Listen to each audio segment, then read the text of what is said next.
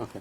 Hi, I'm Jonathan from Kaltura. I'm architect in a Kaltura open source video platform, and like Jess, I like cats as well. I'm going to talk about lessons that we learned during the years in Kaltura, how to overcome the known limitation that REST API is textual, and how we deal with many media files using our REST API. So video is used today. Media generally is very significant content in the internet. You need it for it's affecting your costs, it's affecting your traffic, it's affecting your storage, it's affecting everything that you do, and of course it's affecting your API. First we have to define the enemy to know what's the problem. I could show you graphs, charts of how media used today in the internet and how it will be used in 10 years. And of course, all the boring charts always show the same. It's always going up, and the conclusion is always the same.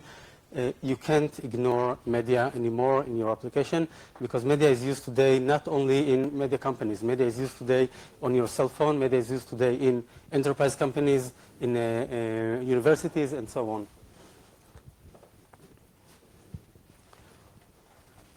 So in Kaltura, we are doing, we aspire to do what we call everything video. Everything video means that we are doing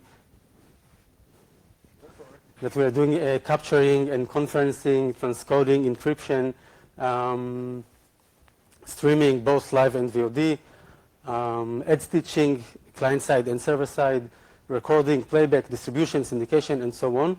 Everything is done in Kaltura using API. Everything is REST API, which is textual. So although REST is HTTP, and HTTP, although it's originally created for hypertext, since the very beginning, HTTP supports media files. We know put action to push files to the server. We know post action that can, post method that able to upload files to the server. You can get progressive download. You can get video or image using get method, and today you can even stream video over HTTP using HLS, VOD, or live. REST, although it's based on HTTP, it's fully textual. It's an industry standard, and what we usually we use get, delete, post, put, all these actions using textual path, textual query string. If you need complex data structure, you will need JSON or XML, whatever you choose. Even in the response, everything will be textual, JSON, or XML. Of course, there are simple solutions in the industry. Some providers use put to push files to the server.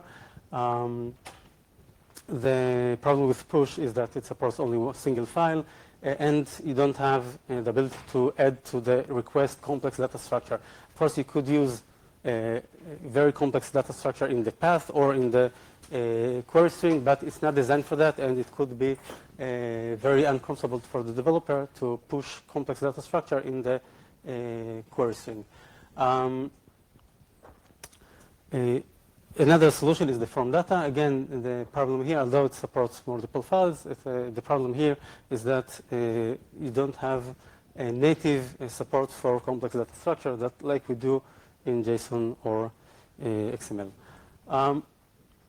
So I decided to investigate a bit further. So I took 2 specimens of these media providers home, and after 10 years that I'm raising them, I can tell you that they took over my sofa, my kitchen, probably even my brain.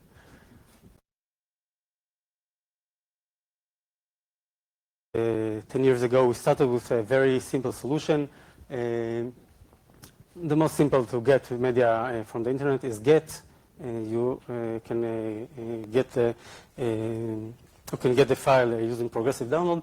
but usually in the industry standard, the actions to perform on the server are using HTTP methods like put, patch, head, get, what I missed.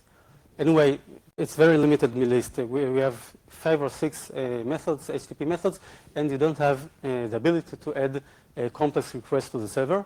What we did in Kaltura is that all our requests are sent using post or get, doesn't matter how it's arrived to the server, and the action itself, what to do about the object, about the service that we are calling, we just added it to the URL, which is a bit different than the classic API, classic REST API, and it's enabling us many different actions.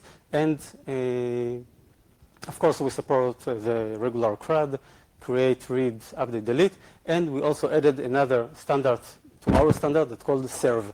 The serve, instead of returning the object, the XML or the JSON that represent the object, it will return the media that's related with the object.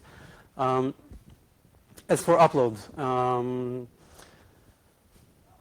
we are using a post, of course, and you can post more than one file. And unlike get that enable you only path or query string, the post enable you to send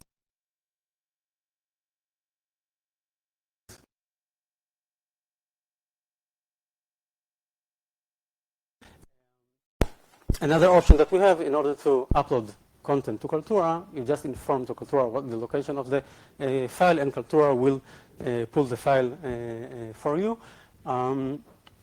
Of course, because we're talking about REST API, we have to manage the status of the upload, of the download in this case, the status, if it's failed, succeed, it's progress, and so on. So the serve actions enable us many different content types. Every object in Kaltura, for example, media entry in Kaltura contains few video renditions, few thumbnails, closed caption files, maybe license file, different related files. And file upload enable us to upload all these files. Now, we encountered few issues while using file upload. The first problem with video is that it's huge. We have customers like Walt Disney. Walt Disney, of course, they have large videos, and you don't want to wait 4 hours for the upload to finish, and then it fails 5 minutes before it's done, and then you have to do the entire process since the beginning. So what we did is to support chunked upload. You can upload the files in chunked, and on the server side, we combine all the chunks together to one single file. Another problem that we had is we have different data centers. When you call the API, you don't know what data center you are calling. In fact, one chunk would arrive to a different data center, and then you couldn't combine them together. So we just redirect. According to the first server that the first chunk that selected to, all the chunks from this moment on will be redirected to the same data center. In each data center, we have multiple machines. We just share this with solve it with a shared disk. Chunks may arrive in the wrong order, and we manage it in order to know what chunk to put where. And another problem that we had is that the file upload could take a long time. You don't want to upload the file and only then to do something about it. You don't want to wait a few hours until the entire video is uploaded and only then associated it with a thumbnail or with a video and so on. So what we did to support, to enable you to run the upload and forget about it, we enable you to associate the object, the file, before it's created. So we have some kind of pointer to the file that is not created yet. Using that pointer, you will relate it to the object that it relates to. And later, when the upload will be finished, automatically we will use that pointer to associate it with the object. These are two examples for a common API call. In this case, it's upload token get, which returns XML or JSON representing the object. You can see that the JSON, you can't see that it's JSON because it's, okay, anyway, trust me, it's JSON. You don't see all the screen. We just send the JSON using content type application JSON. Unlike when we are sending files, we will send multi-part form data with the JSON as one of the fields, separated with boundary from the file itself. That's the binary data. I try to save place on the slide, so I don't have a lot of binary data here. Now, if any of you ever tried to implement the API of WebEx or Akamai or other company that deals with media, it could be very difficult, not easy to implement the HTTP by yourself. And for that, in Kaltura, we generate automatically SDKs in multiple coding languages. In each coding language, we try to follow the standard that the best practice in this coding language. Some coding languages using a string path to represent files, like PHP. Some with file objects, streams, buffer, and Node.js, C#, Java. Each one is different. In some cases, we even implemented sometimes 2 different signatures of each method in order to support more than one standard in one language. As for file download, we assume that the customer don't want to download the entire content, the entire media, to its application memory. Unlike the object that you want it in the application memory, the media itself, you don't want it in the memory, you don't want the binary data. You probably want to do something with it. If it's image that you want to present in your HTML, you can, using our API, instead of returning the media itself, we just return URL that from using that URL, you can download or get the media itself. So every place that we define in our API that serve action, return a media file or any file, instead of returning the file, the SDK will return URL to that file. Later, you can use that URL as an image source or as to send it to the player and so on.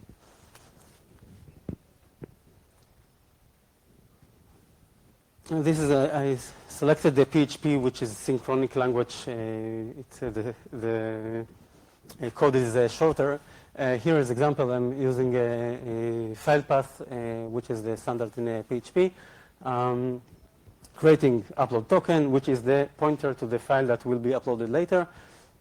The file size is not mandatory, but if we are uploading in chunks, it's very important because otherwise the server won't know when is the last, if the last chunk arrived or not. It's comparing to the file size that we defined in the beginning. And I'm creating the upload token using client, upload token service, add action, behind the scene, everything translated to PHP, to HTTP. And then using the created upload token, I'm just uploading using upload action with the upload token ID and the file path.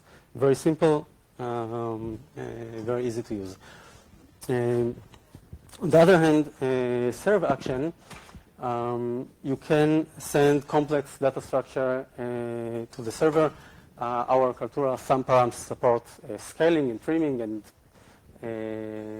background and many different parameters. I just chose 2 width and height, which are quite standard in this case. And I just call the serve action with the complex data structure.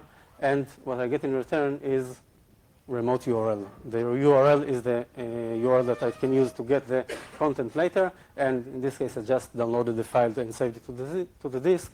But I could do anything else with that URL. Now, we have large customers with a large amount of the media, and very soon we understood that just upload and serve actions are not enough. So at the beginning we added a CSV, which enabled you to upload a CSV file, which is, I will talk a bit more about it later. XML file, which is more complex, not so easy for a human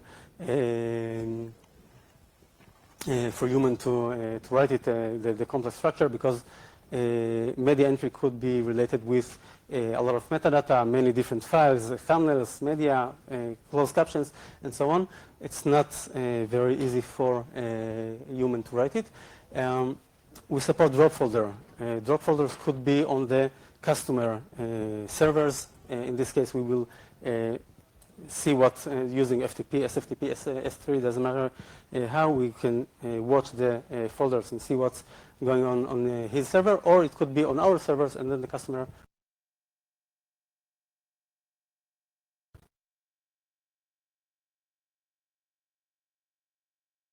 our customers are enterprise companies. Many of them use WebEx, so we just added another ability to scan using APIs the WebEx server, and we are downloading the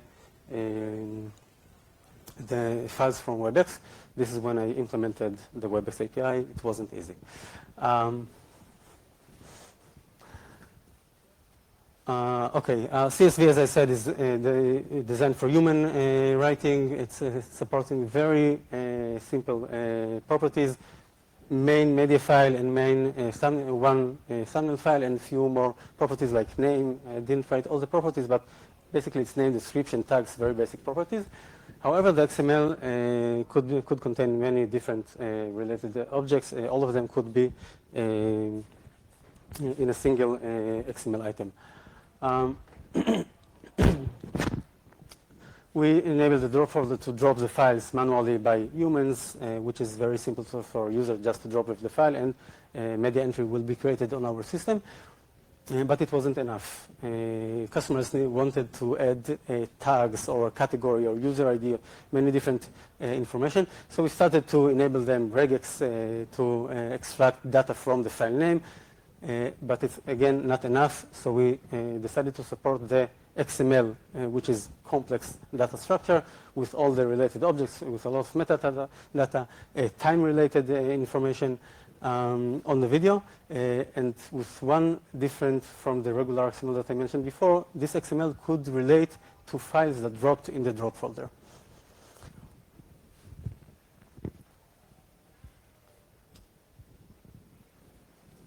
Now, in Kaltura, we saw that we have many ways to upload content to the server, so we decided to associate this content with the files in many different ways. We have asset resource, which is in fact linked to another media that already exists on the server. Drop folder file mentioned, server file, which is integration between our systems. Sometimes one system create a file on the server. Uploaded file, the token is two different ways that we do that.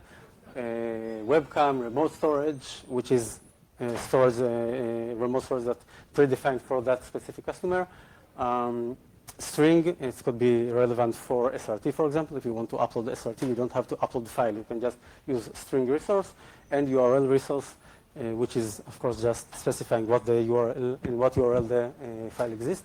And in order to associate the content with the object, we just define the resource. In this case, it's URL, so I had to set the URL property. And we call thumb assets, set content, and associate the thumb asset ID with the resource. And all these resources supported in all our APIs on all the objects that are associated with content. You can use each one of these resources, and also in the XML. So the XML can use each one of these resources also in order to use each media. Doesn't matter how you uploaded it to Kaltura. We also support publishing the content to external system. Using push, we are pushing the content to the media itself to remote system, and I will show a few examples soon. And syndication, which is publishing MRSS of our content, and the external systems downloading the content to their systems. These are the standards that we support. As you can see, there is no industry standard. But the most important one here is Kaltura, not because we are Kaltura, but because Kaltura exposes all the information that we have on the media, and you can apply XSLT on that media, and using that XSLT, you can apply any different standard that exists in the industry, and sometimes for small companies, that's what we do. Questions? Any question?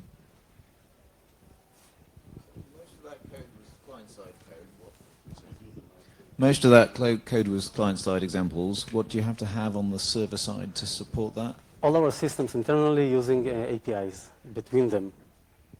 Okay, but I mean, is there a specific? I have to run the Kaltura server, presumably. One control server use API to talk to another API, so to another server. So. Okay, so you're saying it's kind of symmetric. Yeah. Right. Okay. Another question?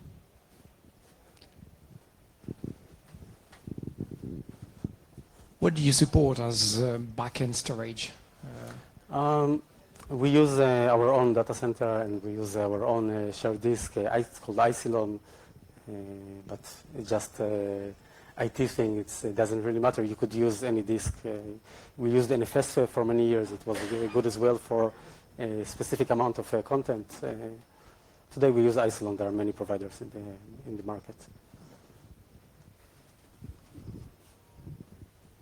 Another question? Thank you.